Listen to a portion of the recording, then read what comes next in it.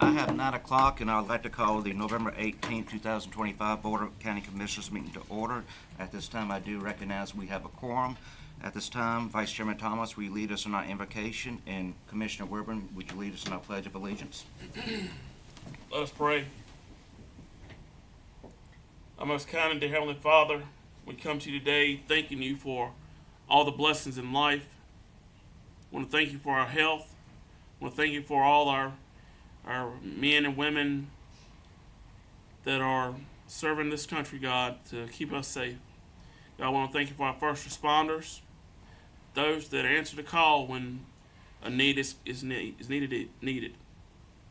And God, we ask you to be with them, give them the wisdom to answer those emergency calls, God, that when emergency strikes, that they can answer it and answer it correctly. God, we ask you just to be with this board. Help us to make wise decisions, God. Forgive us all our sins. Just go with us, lead us, guide us, and save us. In your name I do pray. Amen. Amen. Please stand and join me for the pledge. I pledge allegiance to the flag of the United States of America and to the republic for which it stands, one nation, under God, indivisible, with liberty and justice for all. Members of the board, you have the agenda before you. Is there any discussion or adjustment of the agenda? Having hearing none, do I have a motion to approve the agenda? So moved. We have a motion. Any further discussion? If not, all in favor, please vote by saying aye. Aye. Any opposed? The ayes have it. The agenda's been approved. Item 5A, petition TA-08-25, text amendment to amend the subdivision regulations to more clearly identify the types of subdivisions and the types of access needed for each type. Do I have a motion to go into the public hearing? So moved. Any further discussion? All in favor, please vote by saying aye. Aye. Any opposed? The ayes have it. We're now in the public hearing. Plan Director. Thank you very much for this opportunity. First set of amendments is the subdivision regulations. This amendment is to improve the existing language and the grouping of the various subdivisions, to improve the access regulatory for the access for them, to ensure that there's clarity and consistency in the review process. In front of you is the 4 different categories: exempt, family, minor, and major subdivisions, and the various ways to access them in the review process. This is to clear up the language of that subdivision. There's no regulatory changes. There are no financial impacts to this. The requirement is a comprehensive plan and zoning consistency statement. The plan doesn't currently, the land use plan doesn't have it, but there is a general statement that can be used to ensure there's consistency between the comprehensive plan and this amendment. Staff has reviewed this amendment and provide you a potential motion to go with it to ensure that there's consistency with the comprehensive plan. The planning board at its public hearing did recommend unanimous approval of this amendment. Here's an example of the sample motion in front of you. I'm happy to answer any questions, concerns regarding the subdivision regulations and their changes. Any questions for the Planning Director? Madam Clerk, do we have any speakers? No, sir, we do not. We have no speakers. Since there's no additional comments, do I have a motion to come out of the public hearing? So moved. All right, all in favor of the motion, please vote by saying aye. Aye. Any opposed? The ayes have it. Motion's been approved. What is the desire of the board? Motion to approve the ordinance amending the subdivision regulations to identify types and describe access requirements and find the amendment reasonable in the public's interest and consistent with the Person County and City of Roxborough Joint Comprehensive Land Use Plan because it improves the clarity of the land development regulations. We have a motion on the floor. Any further discussion? Having hearing none, all in favor, please vote by saying aye. Aye. Any opposed? The ayes have it. Motion's been approved. Item 5B, petition TA-09-25, text amendment to amend the planning ordinance to create section 61 to clearly allow multiple dwellings on lots subject to conditions with amendments to the permitted use table and definition sections to add clarity. Do I have a motion to go into the public hearing? So moved. All right. Any further discussion? All in favor, please vote by saying aye. Aye. Any opposed? The ayes have it. We're now in the public hearing. Planning Director. This amendment is a little simpler. This is simply to include multiple dwellings in the residential and RC districts. This is to clear up that, again, to clear up the language to include that. document some of the conditions in which multiple dwellings units would be allowed. This would be an update to the land use table and the definitions for these things to include in residential and rural conservation. Again, there's no financial impact to this amendment. Again, there's, like I mentioned to the other one, there is no specific language in the land use plan, but there is a general statement that can be used to ensure there is consistency between this amendment and the land use plan. Staff has reviewed this amendment and has ensured provided it is consistent with the comprehensive land use plan because it helped improve some of the language and clarity for multiple dwelling units and allowing them to happen. And again, the planning board during their public hearing meeting did recommend unanimous approval for this amendment. And in front of you is a sample motion that goes with it. And Mr. Chairman, if I could, this also codifies longstanding practice that has been in Person County. And I know when Mr. Trivedi's predecessor, Ms. Half, was looking at the ordinance, we found examples of this having been done, but nothing clearly authorizing in the ordinance. So we're trying to clarify that going forward. Any questions for the planning director? On page 26,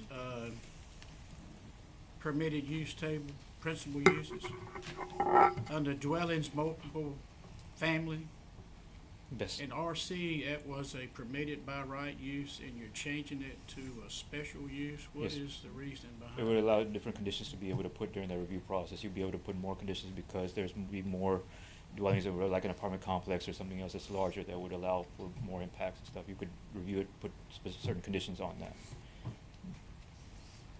By right, you wouldn't be able to put any conditions. Okay, so what's the definition for multiple family? That's where the SUP is required, Yeah. right, just for multifamily? It's multifamily, like a apartment complex or bigger things that have more people staying a longer time rather than simply an accessory unit or accessory dwelling. So that's not talking about if you had a lot of acreage and you wanted to put more than one. That's a single different family. subdivision. That's a Okay. subdivision regulation. That Okay. goes in the previous amendment. Any further questions? Madam Clerk, We do not have any speakers signed up to speak for this public hearing. do I have a motion to come out of the public hearing? So moved. All right, all in favor, please vote by saying aye. Aye. Any opposed? The ayes have it. Motion's been approved. What is the desire of the board? Motion to approve text amendment TA 0925 and find that the amendment is reasonable in the public's interest and consistent with the Person County and City of Roxborough joint comprehensive land use plan because it clarifies and documents well-established actions.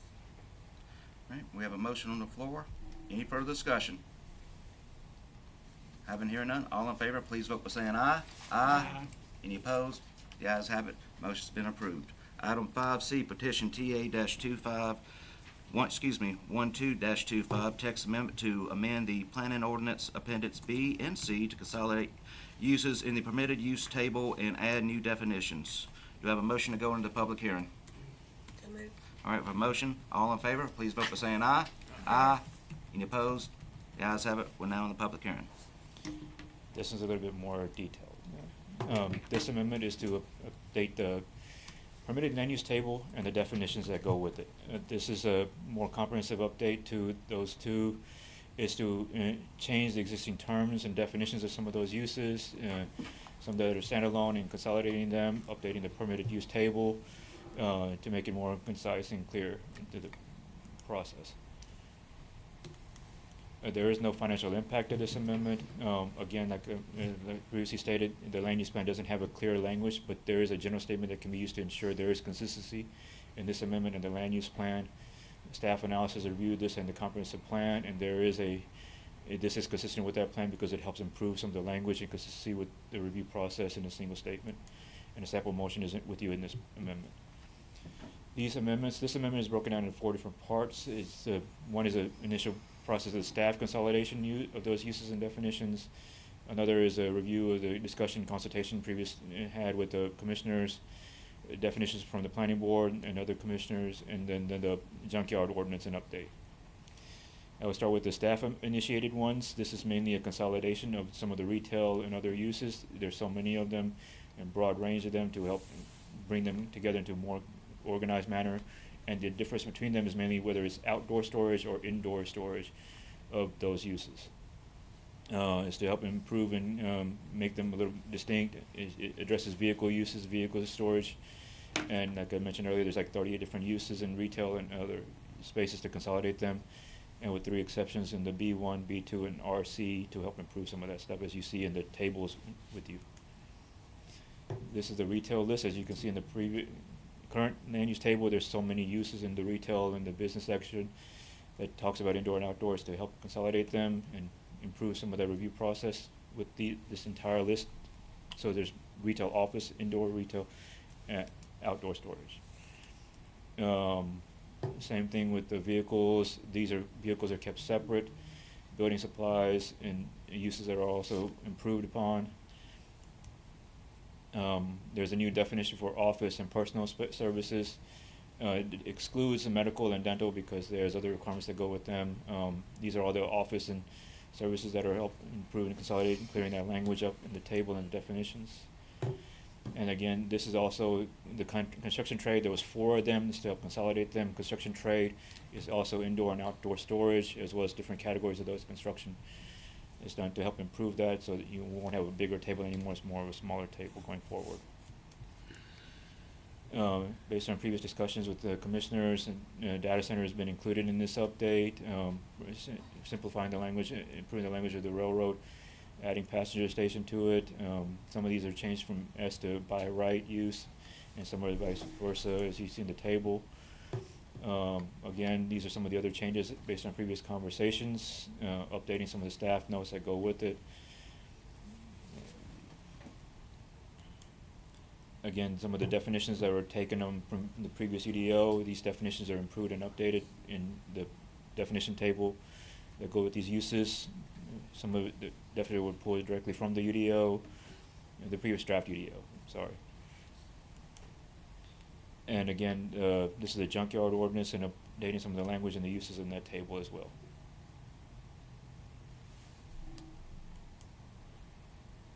During the planning board public hearing, the planning board had a detailed in-depth discussion about this, and they've recommended some of the changes with it. Approved this amendment with some specific changes from the planning board. The planning board has recommended allowing ambulance services by right in some of these uses, and special use in R. As you can see in front of you, accepting the word changes and removing homes from bed and breakfast, accepting consolidation of brewery, distillery, winery, updating the vehicles and campers and recreation use, the data, accepting the addition to the data and using it by right in GI only, accepting removal of court operations and hotel use, additional changes in manufacturing homes, removing the notes, hardship manufacturing in the RC district. Those changes were approved as when the vote 5-1 for the recommending the planning board approve those. There was another conversation regarding warehouse and distribution beyond those changes, and that ended up resulting in a tie motion because there was more discussion involved in leaving it to the board to make the determination. Those other changes are, cabin was excluded, storage of household, commercial, renamed, utility be excluded, and again, that was also changed, vote 5-1. Recommending approval. And in front of you is the motion that goes with the consistency statement. Happy to answer any questions and concerns. I know I made that really brief, but the table is to help clear up and consolidate that language and the definitions. And I do want to clarify for the solar farms, or, that is not changing, we're That is not not changing changing. that, and That that is not is being not gonna changed. be by right. Yeah, there's nothing changed on the solar farm issue. I don't believe there's been in here. Any questions from the board? Yes, I do. I'm a little confused on whether we are approving what the staff recommended. You're approving the staff recommendations and with the additional changes the planning board has requested. Okay.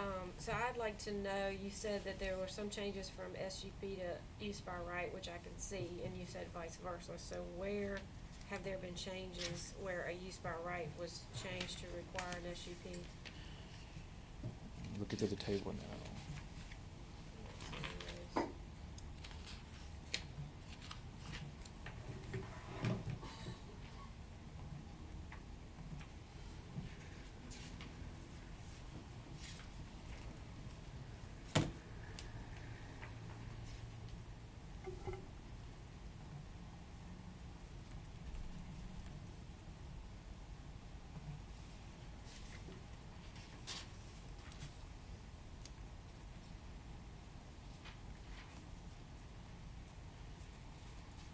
There's some SUPs that were added as camper recreation use. There was some that was just added as special use permits, not changed. I believe the planning board recommendation was for the ambulance use to have that as an SUP in residential rather than a by right use. Is that? I Yeah, think ambulance that's the was, one that you were yeah, highlighting. right, the planning board recommended the ambulance service as SUP in residential, yes. Okay, for me, we have very limited general industrially zoned, land. I would rather see the data center use included in more than GI. It can be by SUP and RC, but we need to allow for that use in more than GI. The data center, just to clarify, you want it in more than just those that are recommended, because this Well, what's data center is recommended by well, right. that's what's or- confusing is because on the section of the planning board is accept the addition of data center as a use, but by right use in GI only. That is just the planning board's recommendation, that is not the Yeah, full so that's recommendation. what I'm it's their asking, what are we approving? And you said staff with the planning board changes, Uh, so. You can approve it as, sorry, this one, this one that is by the conversation that you had is directed by y'all, or the Mhm. planning board's wanting the planning board has just made a recommendation to what they think they should do. Staff has recommended this in terms of conversation with the commissioners. This is what is the staff and the commissioner recommendation. So if I I'll were leave to that to your make that decision. motion that you provide at the end, am I accepting the changes from the planning board or no? I leave that On to your that discretion. table. I would recommend this. Yes, the table, Yeah, I would recommend the table yeah. as a staff recommendation. Yes, and so staff recommendation for warehouse and distribution says what? It says a use by right in B1, G, and RC, right? Yes. Okay. And mostly the staff's recommendation is mainly the consolidation of the office, construction trade, and retail. That was the majority of the staff recommendations, focusing on cleaning up that language. The other is more the conversation with commissioners and planning board. Okay, so Y'all are the Based- decision. based on what has been presented as staff recommendations, that's in the use tables and not the planning board recommendations, I would move to adopt TA 1225 to update the permitted use table and add definitions and find it consistent with the adopted Person County and City of Roxborough Joint Comprehensive Land Use Plan, because the amendments add clarity to the planning regulations, and I just realized we're still in public hearing. We're still in the so public sorry. We're- All right. Mr. Chairman, since I'm in the construction trade business and this has been changed, I'm gonna recuse myself from this vote and discussion. You don't need to do that. Okay. Just in the interest of transparency, everybody screams about transparency, so. County Attorney? So, Mr. Long, you can do that. If you are not formally excused from the vote for a conflict of interest, which I think being in the trades does not create an automatic conflict of interest, your vote would count as an affirmative vote by abstaining, which you're welcome to do, but just, so that's how the vote would go. Okay, that's fine. Yes, sir. So you want to abstain or ask to be recused? I'm gonna ask to be, if I ask to be recused at a vote, And if the board votes to excuse you, then you are considered excused from this vote, and it would not count, sir. There would be, it would simply be a vote of 4 commissioners, not 5. okay, so I'll just abstain then. Okay. Okay. All right. Any further questions for the planning director? Madam Clerk? Yes, we have one individual signed up, Mr. West. Okay. Good morning, everyone. Good morning. My name is Don West, and my wife and I, we own general industrial property about 2.5 miles from where we stand right now. I'm here to strongly support the addition of open storage to the permitted uses for general industrial. And I think it's practical, it's necessary, it's really urgent. General industrial areas are designated for high intensities. uses, including manufacturing, distribution, and storage. Allowing outdoor storage simply aligns the ordinance with how industrial is actually used.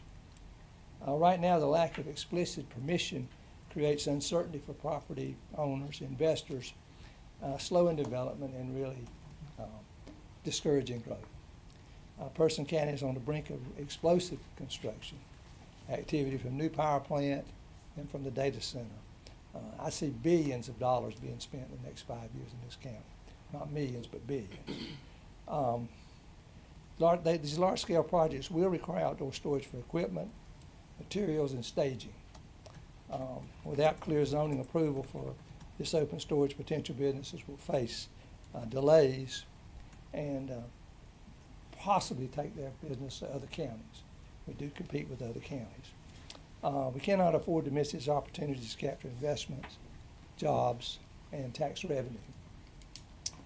Importantly, the amendment is really fully controlled. Outdoor storage areas will still in general industrial. They'll be subject to the buffering and the screening and the safety standards that are in place. It does not reduce protection for neighbors. It just simply allows GI district to function more effectively.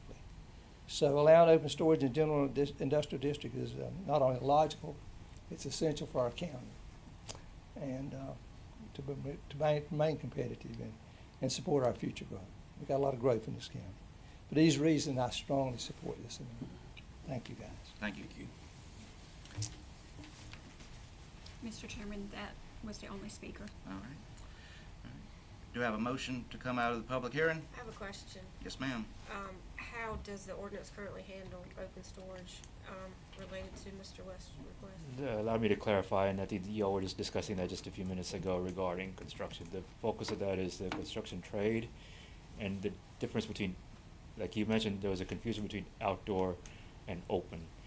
It's this construction trade that is involving the various different levels of construction that Mr. West mentioned. There's like boom and construction stuff. The consolidation is the construction trade and how that would be considered versus outdoor storage of that construction trade, staging in other places versus indoor storage of that construction trade. This is being addressed in the amendment as part of the construction trade update. As outdoor storage versus indoor storage of the construction trade, similar to what the retail sales amendment is with this part. It's not, I would later have to present to you another amendment to clarify the language between open storage versus outdoor and indoor storage. That's another amendment that I had to present to you later, but right now, correct me if I'm wrong, but the issue right now is the booming the construction trade and whether it's being stored outdoor or indoor. So approving this. This amendment would help clarify that language. address Yes. his request affirmatively. And just so the board is clear, Mr. Trivedi, this amendment wouldn't change situations where you have open storage. Open as storage is not just being the- changed, As the not at all. principal use. So it's just current status quo. There's no change to the open storage line item in the table. There's no change to that. This is a change in the construction trade of indoor and outdoor. Now I'm confused again. Does that address? Yeah, I will clarify it even further with him, and I will probably have to come back to you later in the future amendment to clarify what's the difference between open storage and outdoor storage. Okay, so this is step one to. Yeah, I'll have to present that to you later and then All when I right. get to that amendment and update some of that Thank clarity you. language into that. That was on my notes, Okay. but thank you. Any further questions? All right. Do I have a motion to come out of the public hearing? So moved. All right. All in favor, please vote by saying aye. Aye. Any opposed? The ayes have it. Motion's been approved. We're out of the public hearing. Now, what is the desire of the board? I hereby move to adopt TA 1225 to update the permitted use table and add definitions and find it consistent with the adopted Person County and City of Roxborough Joint Comprehensive Land Use Plan because the amendments add clarity to the planning regulations contingent upon this being by the permitted use table as presented and not the planning board's recommendation. So without the planning board's recommendations. Right, without. Okay. Any further discussions on the motion? Having hearing none, all in favor, please vote by saying aye. Aye. Any opposed? The ayes have it. Motion's been approved. Item 5D, petition TA-13-25, text amendment to amend the planning ordinance to create sections 80, 81, 82, 83, 84, and 85 to detail review processes by use from the current ordinance, junkyard ordinance, and mobile home park ordinance. This will allow deletion of the junkyard and mobile home park ordinances. Do I have a Currently, motion to go into the public hearing? So moved. All right, all in favor, please vote by saying aye. Aye. Any opposed? The ayes have it. We're now in the public hearing. Yes, sir.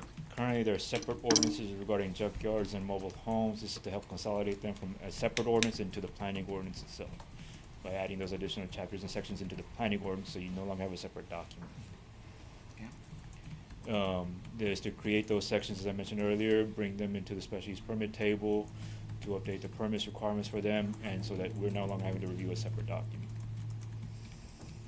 Again, as I mentioned earlier, the land use plan doesn't have a specific statement. The general statement can be used to ensure there's consistency between this and the land use plan. Staff has reviewed this and analyzed it, and there is a consistency within the land use plan. The planning board, during their public hearing, did recommend approval 5-1, with one objecting regarding the recreation vehicle use buffer, and the buffer is another amendment that we're working on within the staff. Here's a sample motion that goes with the recommended amendment, that it is consistent with the comprehensive land use plan, to improve the clarity and language of this ordinance so it's not a separate document. Happy to answer any questions, concerns you may have on this one. Questions for the planning director? I just have one comment that, the heading for section 80 has a typo, Yes, ma'am. and it should be hyphenated for use specific and then add the E to specific.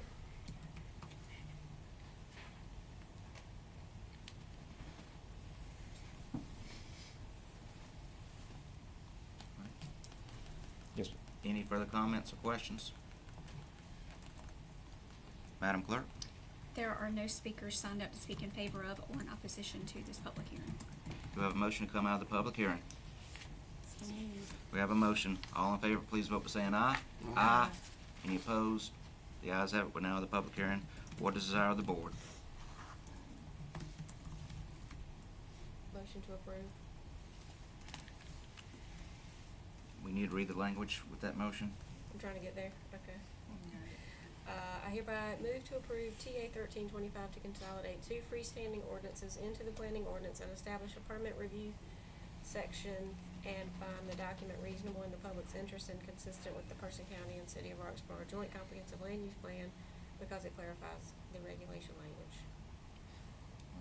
Mr. Chairman, I'd like to offer a substitute in that motion to change where it discusses, on section 80 about site plan specifications. Mm-hmm. It says it shall be prepared by a registered landscape architect, landscape developer or designer, or registered surveyor, and change it from shall to may be. Because it's putting an undue expense on the taxpayer to hire one of those three people. I'm not sure why they couldn't do it themselves instead of having to hire. In which section? You on page 80? It's actually on page, I think it's on page 76, site plan specifications.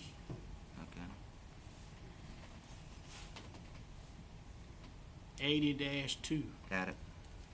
A, shall be prepared. So everywhere it says shall, I like to see it changed to may.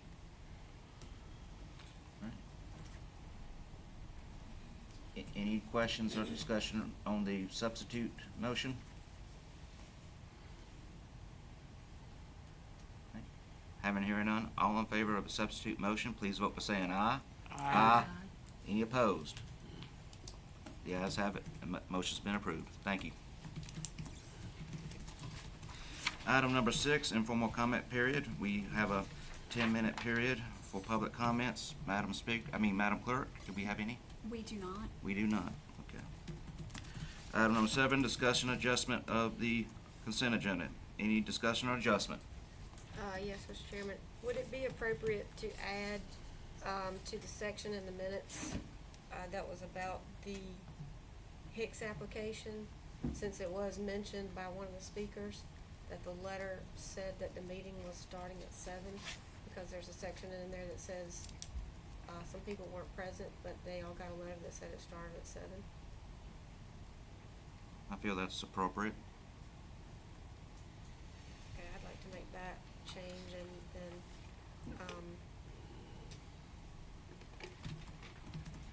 move to approve the All right. consent agenda with that change. We have a motion to approve with the amendment. Any questions or discussion? Having hearing none, all in favor, please vote by saying aye. Aye. Any opposed? The ayes have it. The motion's been approved. Item 8A, Valia Health Update. Elliot Clark.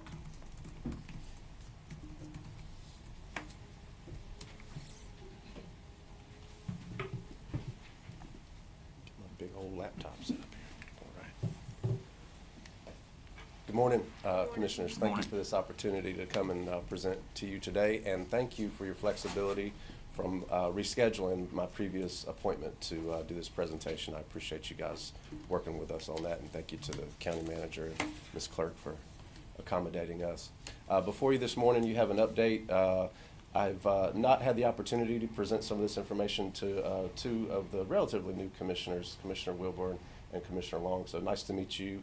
And so I started this presentation with just a little bit of a acclimation and orientation to who we are, what we do, and then I'll go forward and talk about some of the local initiatives that we have going on in Person County, talk through some of the data that we have around service utilization, so that you can get a picture of what our providers are doing in the area and what we're doing. So,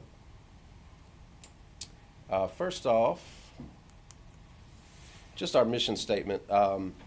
You know, we work in the ever-evolving field of Medicaid, and we serve some of the most vulnerable and marginalized members of that health plan. We are a very specialized health plan in that we focus on individuals that have severe and persistent mental illness, intellectual developmental disabilities, substance use disorders, and traumatic brain injuries. A lot of those individuals, as some of you may very well know, are some of the highest cost to care for in our country, and certainly in Person County is no different. So we're a very specialized plan. We are a public managed care organization. That's probably the most important thing to know about VIA, is that we exist as a contractor with the Department of Health and Human Services. We're governed by statute that is outlined by the state of North Carolina. So we are a part of your public system for this population that we serve. And so we have to evolve. Lots changed, especially over the last year. So one of our missions really is to just be nimble and to evolve with the needs, which are continuously growing, and the new ways and creative ways that we are faced with on how to manage the funding that we receive. Just a brief kind of overview. The funding that we manage is both federal Medicaid that comes through the state, state-funded single stream, which comes out of the General Assembly on a biannual basis. And we manage some block grant funding from the federal government and some county maintenance of effort dollars that's important to consider when you're thinking about what VIA does and how we manage this care. Oh, screen went blank. Did I do something wrong? Let's try it again. There we go. All right. The most recent addition to the population that we cover was just at about a little over a year ago, and that is our population that has a primary need of traumatic brain injury.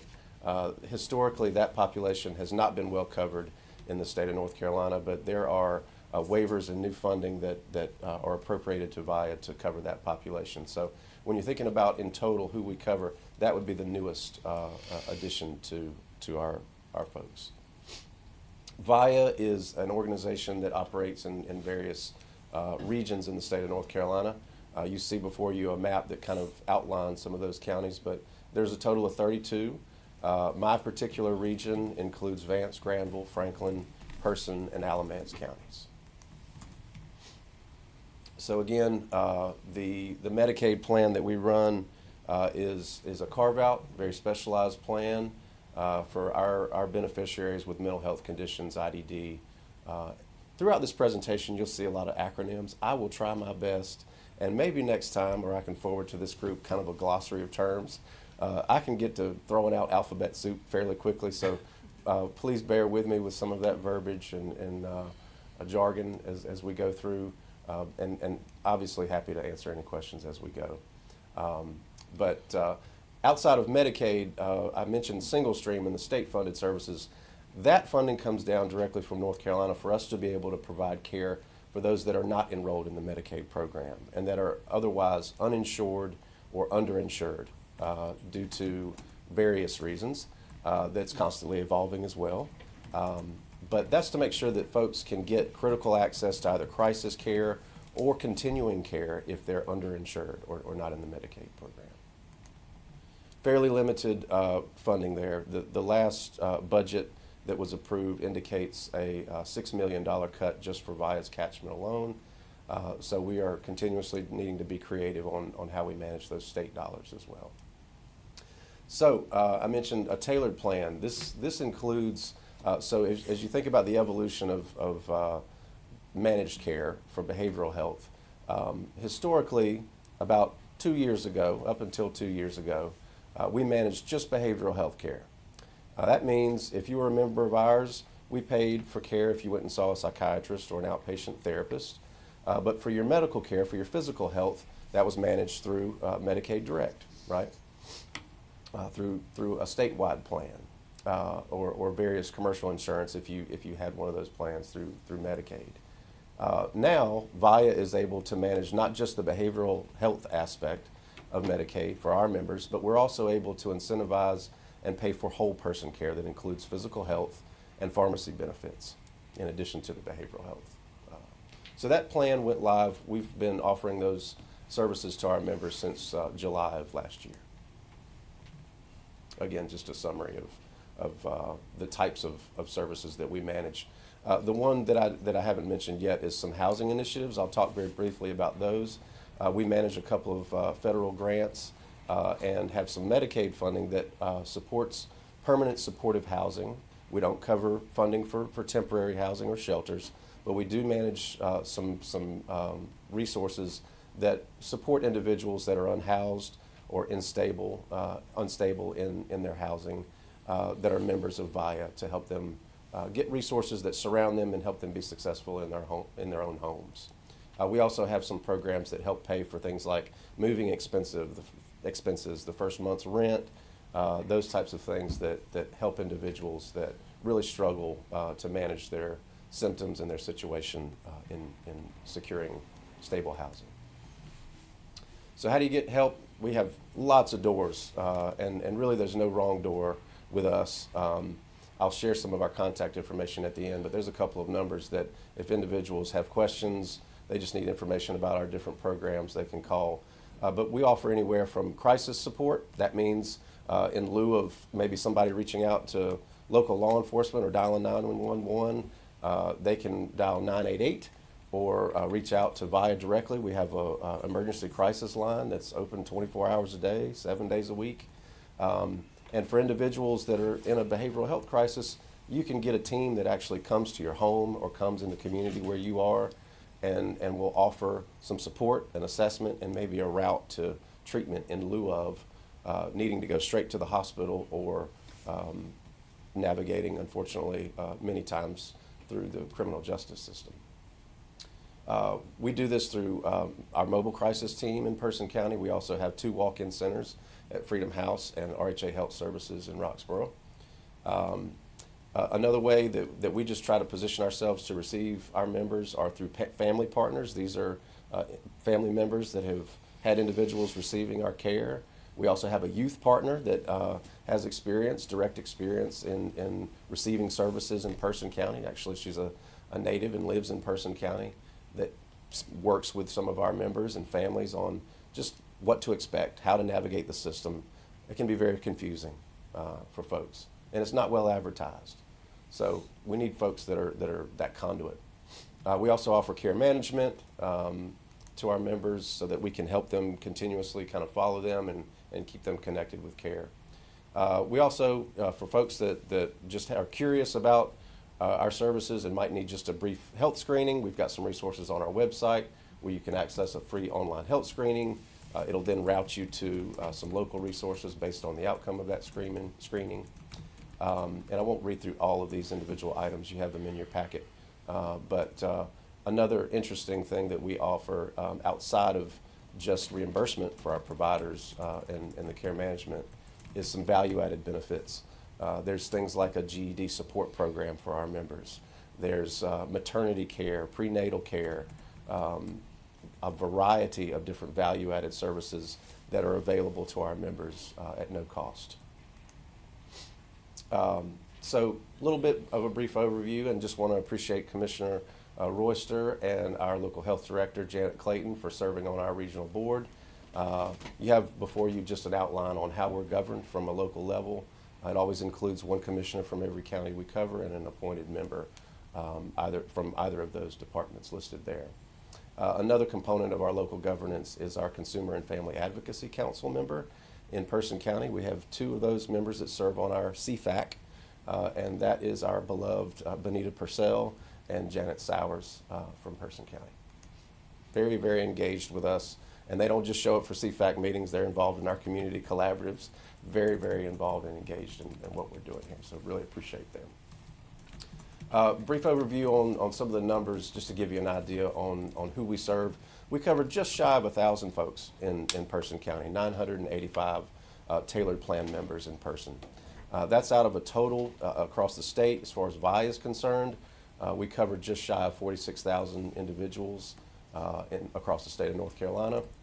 Out of that 985, 65 of those individuals are what we call innovations waiver recipients. Those are individuals that have very significant needs as far as developmental disabilities that would likely otherwise be institutionalized and outside of our general community. So really, really high cost service there that is, those waiver slots are handed down by the state General Assembly every year. And unfortunately, in the state of North Carolina right now, there's over 13,000 individuals that are on a wait list for that waiver. I referenced an enrollment dashboard. Some of you are familiar with that, but if you're curious, this is kind of constantly evolving. So there's a link there in your packet that you'll be able to access from the DHHS website to monitor some of those numbers. These are just some of the, a list of some of the committees that we serve on in the county. I'm specifically involved in our Opioid Settlement Advisory Committee. Really, really proud to do so. Have made a lot of good strides and have done some really good work within that committee, specifically within the school system. I know you guys have heard of some of those resources and programs that they're offering, and with EMS as well. Freedom House Recovery Center have supported them in offering some residential substance use disorder treatment and recovery services. So a lot of good work happening within that committee. So what do we have that's coming that's new in Person County? We still have a lot of needs. I'll tell you, one of the areas, it's very difficult, as you guys know, in any part of rural North Carolina, to get clinicians to come out and work in this area and stay in this area. We have some really, really solid providers that have been here for a long time. But we need more. And I'll tell you, and I'm very, very thankful for what we've done with the school system and also with Person Family Medical with some of their contracted services. But our youth services are still in need of a lot of growth. We don't have enough providers that are really specialized in treating youth. There's just a select few. So 2 of the new services that we've really focused on is building out intensive in-home and some other services called family-centered treatment that actually go into the home, work with families, coach parents, not just offer therapy to the youth, but they serve the family unit. So there's 2 new providers that are going to be doing those, not in an office setting. They can do it in an office setting, but they can actually go out and see these families and accommodate some of their needs where otherwise it's tough to do so. We also have a new opioid treatment program that's being lifted up. It's still under review with the Department of Health and Service Regulation for licensure. And that's going to be the first of its kind. That's through Morse Clinics. It'll be Morse Clinics of Roxborough. Before then, folks have had to travel outside the county to either Durham, there's one in Hillsborough, or further outside the county, sometimes all the way to Vance County to receive that care. We also have, we're in the, just crossed over about a little over a year in our co-responder model. Some of y'all have heard of that partnership that we have with Roxborough PD and the Sheriff's Department and EMS. That's working very well. Mental health clinician will be able to respond with law enforcement and help those individuals connect with care. And I mentioned the halfway house with Freedom House Recovery Center. Before you hear, you have some of our data that's broken down. The vast majority of the individuals that we serve are adults. And of those adults, the vast majority are folks with severe and persistent mental illness or serious mental illness in this county. Some of the services that we offer, there's some jargon in here and some alphabet soup, but peer support is probably one of the most vastly provided services across the state of North Carolina, and it is so in Person County. You have organizations like Freedom House that employ peers that are individuals with lived experience that can go and help people walk through the system, keep them engaged, make sure individuals don't slip through the cracks. And then you have the vast majority of what we provide is an outpatient level, so psychiatric appointments and outpatient therapy. And these are some of our providers. Freedom House Recovery Center has the highest volume. You'll see the Office of Person, County of Person office there. That is Person Industries. And then you have PCGH and RHA Health Services as the other top providers in the county. And that is our contact information and the end of my presentation. And I would love to take questions if you have them. Any questions or comments from Mr. Clark?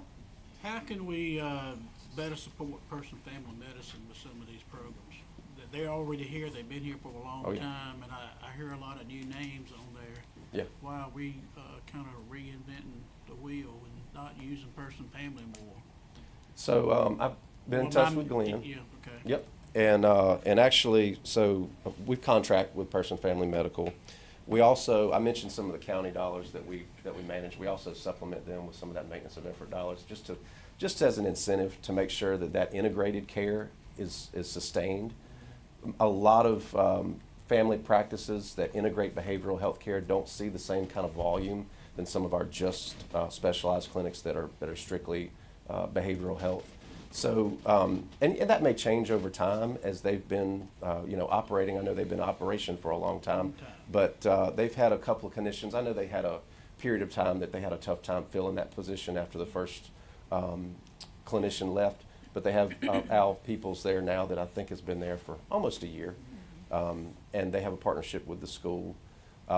We've included them. I reached out to Glenn and a couple of their staff to make sure that they're a part of our System of Care Collaborative and our Opioid Advisory Committee. They've started participating in those. Those are good platforms just to network around with other referring entities. A lot of folks, especially if it's kind of a lower level need, if they just need treatment for depression or anxiety, something like that. Some of our more specialized clinics that'll see people with severe and persistent mental illness, it makes complete sense for them to reach out to Person Family Medical to say, hey, let's be a partner here. We'll do assessments and refer you to continued treatment. And I think that's picking up. Since they've become a member and have participated in some of those community collaboratives, that's helping. But I think it's just an evolution, and it's kind of a growing opportunity for them. But as far as a contractual basis and an incentive, we've definitely gone, I would say, especially with the incentive piece, a little over and above to make sure that they're stable so that they can grow. But yeah, that's kind of my sense of it. I've been in touch with Glenn for a long time, but I reached back out to him because I had heard that there was some concern, and saw in our numbers, they're not one of our highest providers. Part of that is because a lot of what they cover, remember, we're a carve-out in Medicaid. So if you need just basic care, you might be with a commercial Medicaid insurer. We cover the highest cost, most significant need, and sometimes that might be a good fit, sometimes it might not be for a practice like theirs. So I think it's evolving in the right way for them. Well, that's good. I'd like to see us continue to spend our money with people with Person County, so. Yes, sir. That's good. Thank you. Thank you for your question. And I'm an advocate for intervention. Yes. And because, traditionally with focused on prevention with the schools and then reactive measures after something's happened to someone. right. So what I appreciate with VIA and our community partners is putting things in place for intervention when people are in crisis, addressing those things, excuse me, keeping them out of the jails because our jails are not equipped to handle people experiencing high behavioral issues. And in this community, a lot of times that's what happens. They're arrested, they're sent to jail, and people there aren't equipped to handle those things. So knowing that we have that partnership with VIA and providers in the community, where people who don't need to go to jail, they're not. And we're able to intervene at a time where they need, we're able to provide those resources to them that they need in that moment. So I'm, excited about where this is going and some of the plans that are coming with this, and helping those who are experiencing these challenges in the community. Thank you for that point. I think a good next step, and from a law enforcement standpoint, and even in the detention center, we also incentivize services, a psychologist that actually comes in and does some assessments and treatment in the detention center. I would love to see something like a recovery court and get institutionalized in Person County. We see really great results, and when there's an agreement and there's some willingness on the judicial side to just, in lieu of prosecuting, mandate treatment and then monitor that and report back, that can be so impactful and help just our members succeed and avoid getting stuck in that system. So Yeah, we used to in the past, but yeah, we tried it. what happened? It has been probably almost 10 years. And I would love to see that revitalized. We would be a partner in that if there's willingness on the judicial side to do that. So. Thank you. Yes, ma'am. Any other comments? Thank you, sir. Thank you for your time. Item number 8B, Person County Tourism Development Authority Annual Report. Julie Mabey. Good morning. Morning. So nice to meet with you and present our annual report. And first, I would just like to say we truly appreciate the partnership with our community. And what we do would not be possible without that. The Tourism Development Authority, we work to promote responsible growth and tourism through marketing strategies and preservation of natural and cultural heritage. And I just want to highlight a couple of things. We all know that Person County, it is a hidden gem. And I'd just like to quote our chair, Claudia Berryhill, this one aspect. Here in Person County, we are blessed with our lakes, wineries, various parks, farms, festivals, outdoor music, and a variety of restaurant choices and cultural opportunities. We are delighted to share that with our local folks and also our visitors, because we know it is better in person. With the Tourism Development Authority, it is truly a partnership, as I mentioned earlier. Our tourism chair, Claudia Berryhill, our vice chair, Biren Patel, our board members, Ursula Long, Sally Humphreys, and Margaret McMahon. Through their efforts, we're able to accomplish quite a bit. Also, I must acknowledge Katie Ann Brand. She's our Assistant Director of Marketing and Communication, and without her help, we couldn't get things done. She's excellent with our social media and reels. And before you, I've included just some samples where she keeps our website up to date. She does many reels, a lot of different publications, so forth. Other folks that we couldn't do without, our finance officer, and he's our financial consultant. That's Dan Craig, and his assistant Sandra Carver, and our ex-official finance officer Tracy Clayton, and attorneys Al Benshaw and Lydia Lavelle with the Bro Law Firm, and also our ex-official Person County finance officer Tracy Clayton. There are countless volunteers, and through our tourism partners, Person County Parks, Recreation, Arts, and Parks Department, the Chamber Uptown Roxborough Group, PCC, the Small Business Center, and the city and the county departments, NCDOT, RAMA, attractions, various shopping establishments. We're able to bring these numbers here to show that visitor spending has increased, and this is based on numbers from Visit NC. The economic impact in Person County was over $57 million. The total payroll that was generated was $11.96 million, and here in Person County, tourism and travel directly employed 314 people, and we awarded over $94,000 in grants. And just to highlight that. All right, we'll try the next way. Okay, and in the material that was provided to you, those $94,000 in grants went to a lot of different activities. And that is through the occupancy taxes that were collected from our hotels, our local hotels, and also our short-term rentals. And a copy of that information is before you, those various businesses. And through that, we've been able to promote fishing out on Hyco and Mayo Lake by fishing in that, and meaning that guided tours, because we believe that you have to offer a variety of things for people to come to Person County and enjoy, such as guided fishing tours, also supporting the fireworks, a shop hop that brought a lot of people in to Person County and Roxborough on the Shop Hop Trail, funded things with the Person County Arts Council, Free Movie Fridays, Uptown Banners. There's a beautiful mural on Hall's, on the gateway into our community that was made possible by Hall's Agribusiness.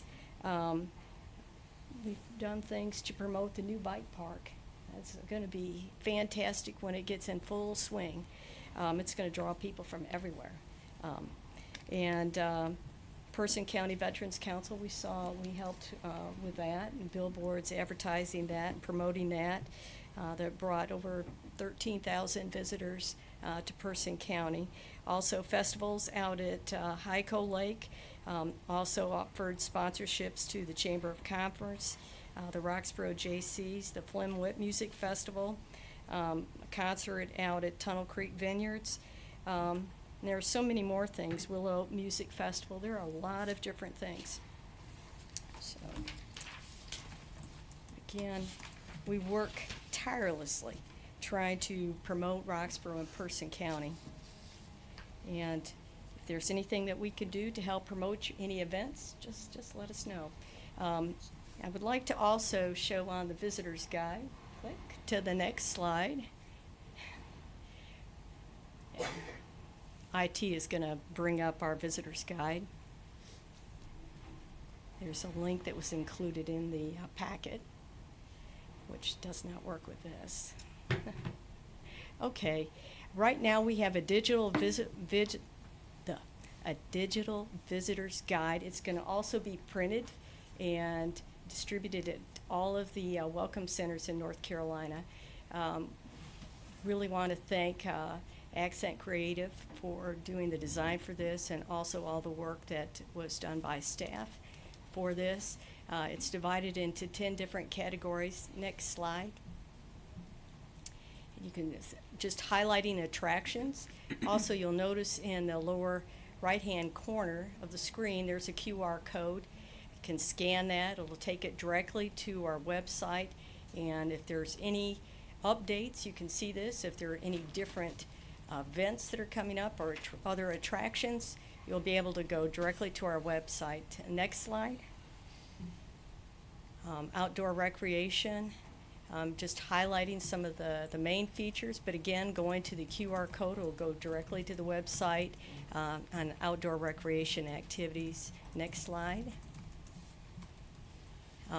Things highlighting our wineries and breweries, and we are really blessed to have all of these venues in our community. And again, mentioning the QR code so we can keep information current. Next slide. All the different dining opportunities that we have, and we're very blessed. Great places to eat. Again, the QR code Goes directly to our website. Next slide. Sweet treats, and we have some wonderful places if you've got a great sweet tooth. And I know a lot of our visitors like to be able to go and hike and be able to come back, have something tasty to eat. Next slide. And shopping, one of my favorite things to do when I am not working besides walking. We've got a variety of places. And again, the QR code. And next slide. Different arts and cultural opportunities, bringing people directly to our website. This highlights it. And also going to the QR codes. Also, there's quite a few people that look at the Person County Quilt Trail, and there's a link going specifically to that. And I've had visitors from all over using that. So we're looking forward to further partnerships on that endeavor as well. Next slide. And again, blessed with our rich history. And also there is the mural that I mentioned earlier. And also the QR code at the bottom of the screen. Next slide. And again, the main thing, keep current with us. Here I had this, it's better in person. We publish monthly events, weekend events, various reels. Use the QR codes, and we try our very best to keep things current. Next slide. And also supporting our agribusiness, our local farmers market, and other venues. And next slide, please. And again, we're blessed. And I thank you for this opportunity to come before you. Thank you. Appreciate all the hard work that you and your staff and your board members do for the county and tourism. Thank you so much.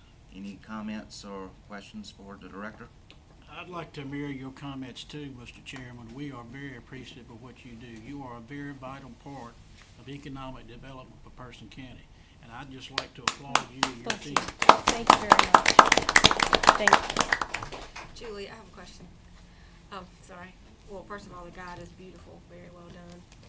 Do y'all ever do any collaboration with Visit NC? I know at one time they had some programs where they would partner on advertising either with local authorities or even tourist-related businesses to get promotion out across the state and beyond. Yes, we do. And we try to take advantage of it, a lot of our marketing efforts that way. Katie Ann, is that with Visit NC? Yeah, so we go to their conference every year. They display their different advertising opportunities. They have a visitor guide. What we found with them is it is extremely expensive, like outrageously expensive to be in their visitor's guide. Usually they do send us opportunities that are a fraction of the cost. We will hop into those, but it's always open to any type of business too that they want to be specifically advertised in their publications and online. But we found too that doing it digitally is the best cost-effective way to even track, who's seeing it, how many people are seeing it, type of thing. So we did do an ad with them that I just submitted, I think about a month ago, that's supposed to be in the visitor guide, I believe. So that was a small thing. So. And I also want to applaud the weekly thing that you put out of what's going on in the county and the region. It's good. And I would just like to say too that I appreciate all the hard work y'all have do up there. I had the honor of chairing the Flynn Witt for the last 12 years, and y'all helped us out every single year. So I applaud y'all and we thank you for helping us, because that was a huge help. Yeah, I'm glad to. So and thank you for all your help, hard work. Thank you. And again, it is through monies collected from our local hotels and short-term rentals that make this all possible. Thank you so much. Thank you. Thank you. Item 8C, appointment and oath for deputy tax collectors, Russell Jones.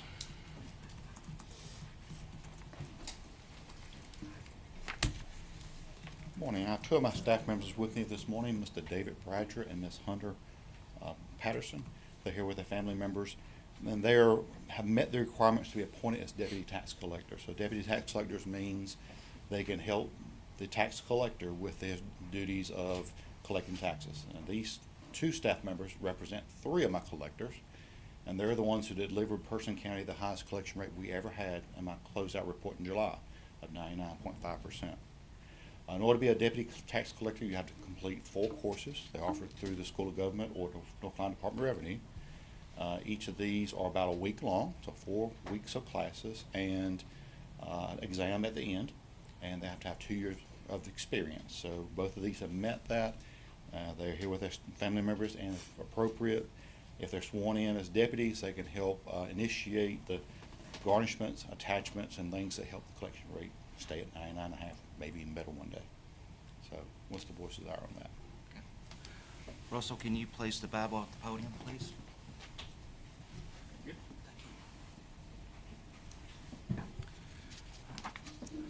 First, I'd like to ask Mr. David Bratcher to come up to the podium.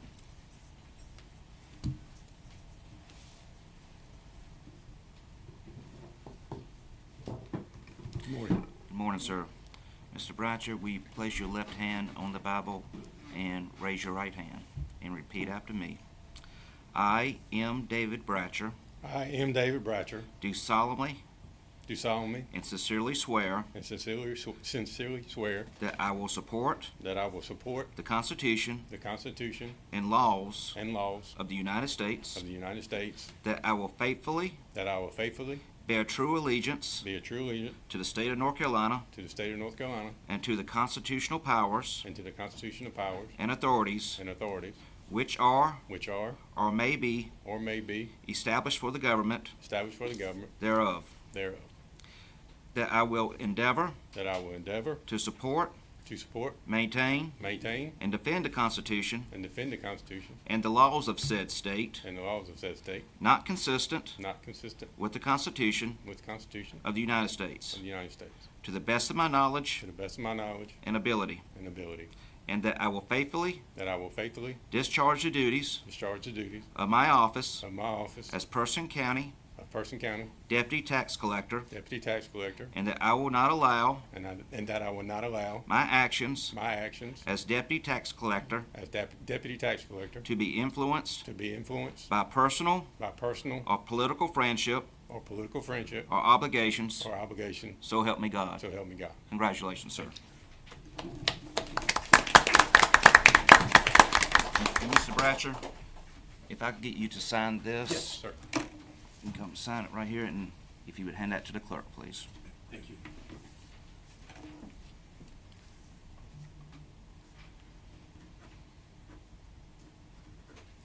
Thank you, sir. And I'll get you a copy. At this time, I ask Russell Patterson to come before the podium. Oh, excuse me, Hunter Patterson, my apologies.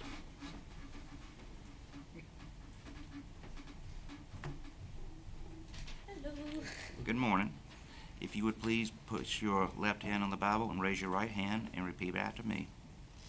I, Hunter Patterson, I, Hunter Patterson, do solemnly do solemnly and sincerely swear and sincerely swear that I will support that I will support the Constitution the Constitution and laws and laws of the United States, of the United States, and that I will be faithful and I will be faithful and bear true allegiance and bear true allegiance to the state of North Carolina to the state of North Carolina and to the constitutional powers and to the constitutional powers and authorities authorities which are or may be established for established for the government thereof, the government thereof, that I will endeavor that I will endeavor to support, maintain, maintain, and defend the Constitution and defend the Constitution and laws of said state, not consistent with the Constitution with the Constitution of the United States, to the best of my knowledge the best of my knowledge and ability, and that I will faithfully discharge the duties of my office as Person County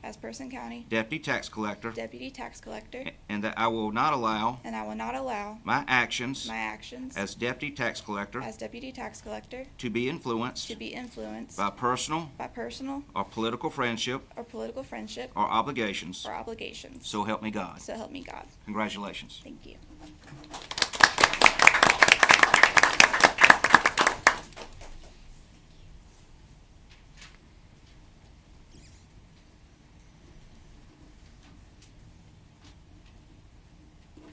Thank you. Congratulations.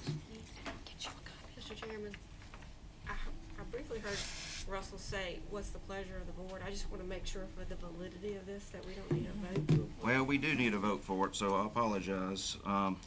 They've already taken the oath, but You I will make the motion that, that we approve them as deputy tax collectors. All right, we have a motion. All in favor, please vote by saying aye. Aye. The ayes have it. Motion's been approved. Okay.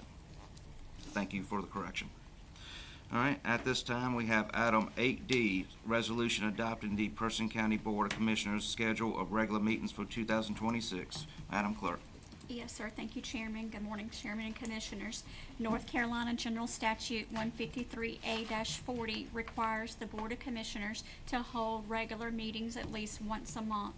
Before the Board is a resolution establishing the 2026 schedule of regular meetings. I respectfully request the Board to adopt the said resolution establishing the 2026 schedule of regular meetings. And may I please ask the desire of the Board? Any adjustments? I kind of like these Tuesday meetings. I but, do too. That's what I was- Yeah, I'll make a motion to approve. All right, we have a motion to approve. Now, keep in mind, we can make any adjustment as the year progresses, so. All right, we have a motion to approve. Any further discussion? Having hearing none, all in favor, please vote by saying aye. Aye. The ayes have it. Motion's been approved. Thank you. All right, and item 8E, budget calendar for fiscal year 2027. Tracy Clayton. Good morning, Commissioners. Good morning. So before you, you have my proposed budget calendar for fiscal year 26-27. Some notable dates for your consideration are the board's budget retreat on February 17th, the adoption of the capital improvement plan on April 20th, the manager's recommended budget presentation on May 18th, a budget public hearing on June 1st, and your adoption of the fiscal year 26-27 budget ordinance on June 15th. I'm happy to answer any questions, but if you do not have any, the recommended action is adoption of the budget calendar. All right. Any questions for the Chief Finance Officer? All right. Having hearing none, do I have a motion to approve? So moved. We have a motion. Any further discussion? Having hearing none, all in favor, please vote by saying aye. Aye. Any opposed? The ayes have it. Motion's been approved. Thank you. Chairman's report. I would like to congratulate the Cooperative Extension and all the people involved with the Farm City Week. It was a major success. They had a wonderful breakfast, and quite frankly, I think that was probably the largest attended breakfast that I can recall. So I thought it was a complete success, and appreciate all the hard work that went into that. County Manager? I'd like to note that county offices will be closed next week on Thursday and Friday for Thanksgiving. I'd like to wish everybody a happy Thanksgiving. Vice Chairman Thomas? No report. Commissioner Wilburn? I wanted to echo your comments about the Farm City Week and also the week of events that the veterans put on. I was honored to give the comments at the Veterans Ceremony, as well as to participate in a ribbon cutting for Piedmont Community College for some renovated labs that the county provided funding for. And to congratulate Dr. Peterson again on being recognized as the superintendent for the state. Went to a reception for him that was held last week. And then, as an administrative matter, I've noticed a couple of times that we've had split votes on the planning board. We're supposed to have an odd number on that board to prevent that from happening. So I just wanted to ask if the staff liaisons are aware of tracking attendance for those and providing awareness when, if anybody is frequently missing the meetings. I think, that's something that we want to be aware of so we don't continue to have those split votes. Yeah. Mr. Roycer? Yes, I would echo the same about Farm City Week, especially Farm City Breakfast. Didn't realize once I got there it was right near where my grandparents lived, where I grew up. My grandfather had hogs and stuff too, so that was exciting. I also want to thank the community for coming together during a time where there was a crisis, where you had families in the community is experiencing food insecurities. And I went out to Food Line and I saw we had a local sorority. They had over 100 turkeys and they were gone in less than 15 minutes, and the people kept coming. And then with the other community meals being held, I think twice a week for families in need. So I was trying to make it around to tell people thank you, but I'm saying it now that we appreciate how the community came together to address the food insecurities that our families, some of our families are facing. Also, I had the honor to attend the book launch for the Shorty Lawson Museum, Person County Museum of History. It was great, and it resonates. I brought my book. But a shared crop, life of a black tenant farmer during Jim Crow. And it was so many people. They had 2 separate tours. And it was people not only from Person County, I was standing there, but we had people from Durham County, Orange County, all over coming, past elected officials at local and state levels across the state came, in addition to some of our own past elected local officials. But it was a great experience that resonated with so many families, the stories that were shared. So I commend Person County, our Museum of History, for heading this up, and I encourage each and every one of you to go out because you will learn something. And also, I think it was Randy Hester who wrote the book. Yes, Randy Hester. And the family members who contributed their stories, they were there and they talked about growing up in that area. But it was just a great experience, and I encourage all of you to take advantage of going out to visit that museum. That's all I have. Thank you. Mr. Chairman, I attended the Chamber Breakfast for the Veterans Council over the last 2 weeks, the Business After Hours for the American Legion Post 138, the Farm City Week Breakfast with the Cooperative Extension and the Thomas family, and I'd like to extend my appreciation to the Thomas family and the Cooperative Extension for the award that the Thomas family received and for their hospitality in putting on that event. I also attended the Veterans Day observance where Commissioner Wilbin was the speaker, and she done a wonderful job. And I'd like to say I was watching the Channel 5 News this morning, and the weather commentator zipped to a picture of our General Assembly building, and she said it was in green because of the holiday season. She was not aware of what we do up here about turning everything green in honor of the veterans, so I thought that was interesting. I attended the Chamber Breakfast with the Sheriff's Department, who presented an active shooter program, which was very informative, and also attended the Planning Board meeting on 11/13. But I'd like to also say I am again pushing for both sides for the project log at Woodsdale to be decided. 5 months of pushing this history since I've been on this board is long enough. The litigants on both sides need an answer, and they need it now. At our September meeting, I voiced my concern about the upcoming 2026 budget process, which I also discussed at our June meeting when we passed the 25-26 budget. We were able to reduce the budget at that time by an additional penny. And here we are today, talking about our schedule for our upcoming budget meetings. At our September meeting, I requested staff to provide a path forward to reduce the fast approaching 2026 budget by 15% as compared to our current 2025 budget. If management sent a strong message to department heads in September to expect an overall general budget reduction in funding for 2026, it would prepare departments time to begin reducing spending now in the current fiscal year and provide a trial and error time frame for those reductions. I realize a few departments out of necessity will need an increased funds for 2026, particularly EMS. What we cannot do is pass on to our friends and neighbors, our taxpayers, is another tax increase in 2026. Generally, there are 3 pathways to fund our county government. Increase the tax base by recruiting new industry to pay taxes, reduce spending, or raise taxes. 2 months have elapsed and I have not received any meaningful concrete communication, framework, or general encouragement that this has been discussed with all department heads. I have many years of management experience in formulating and executing annual budgets in excess of $60 million. Ignoring our situation will not make this problem go away. In fact, I suspect this is how we have come to this point at this time and this place. I want to be perfectly clear, as a commissioner, I am working for the taxpayer. And I do not intend to vote for a tax increase. And I do not intend to continue down the road of no industrial park for Person County to attract and recruit new industry to Person County to provide good paying jobs for our citizens. Our past Board of Commissioners have been supportive of economic development, and I intend to stay that course also. I am very appreciative of the leadership our chairman and the Board of Commissioners have provided, and I stand ready to work for the taxpayer.